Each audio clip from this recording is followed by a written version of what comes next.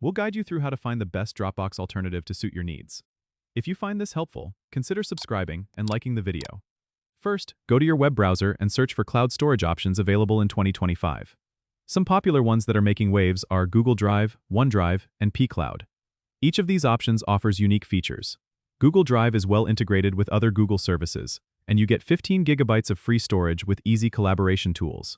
OneDrive is perfect if you're already using Microsoft Office products, as it seamlessly syncs with them and offers 5 gigabytes for free, plus it has great security features. pCloud is another great choice, offering 10 gigabytes of free storage and a lifetime plan option, which can be a significant cost saver in the long run. Once you have identified your options, you need to consider what features are most important to you. Do you need a lot of free storage, or is integration with other tools more crucial? Perhaps encryption and security are your top priorities. Next, sign up for the free version of one or more of these services to test them out. This way, you can get a feel for the user interface and see which one you find easiest to use.